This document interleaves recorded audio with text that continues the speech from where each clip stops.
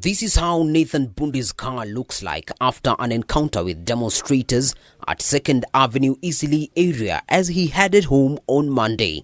All his problems started when he saw demonstrators from a distance where he attempted to turn his car and flee. Nilipojaribu kutoroka ndio waligonga gari na mama. Alafu wakarudi nishika wakangoa ile vitu waliweza kungoa kwa gari. He escaped by a whisker, but the agitated mob took his car key and he watched from a distance as they vandalized his car, part by part. Hata polisi wakija walipata wao wakiwa ndani ya gari.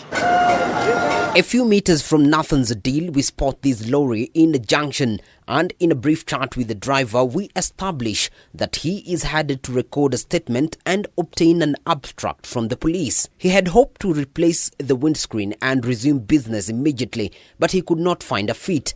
The abstract is meant to allow him to operate as he awaits the arrival of his order. Maandamano si shida, lakini waizi ndio wengi kuliko waandamanaji. The railway's bus terminus along Haile Selassie Avenue is partly railless. Agitated demonstrators vandalized the guardrails with heaps of rock dotting the area. The adjacent building is also dotted with shattered glass.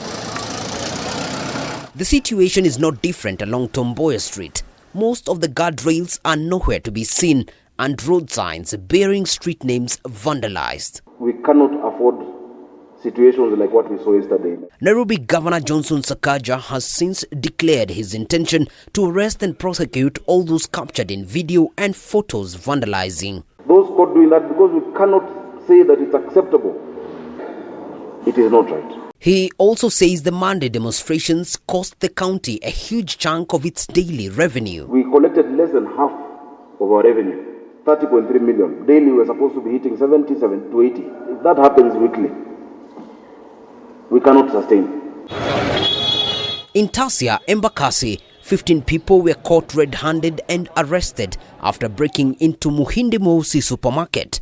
Those who escaped made away with goods worth almost at least 15 million. The attackers intruded past 6 p.m. and after attempts to tamper with the CCTV footage, made away with food, clothes and electronics. It should be a warning that breaking into any building, any infrastructure is a crime known as felony that attracts life imprisonment. The Azimio leadership has, however, distanced itself from the vandalism incidents. The goons are owned and hired by the government through their party UDA. The moment you see people saying, because the other side has given a notice for demonstration, we have a counter demonstration.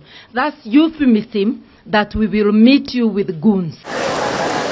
While vandalism was not part of the itinerary in the demonstrations, it sure did happen, with individuals, the government and the county counting losses in millions.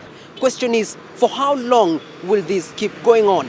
For K24 from Nairobi CBD, I'm David Kagina.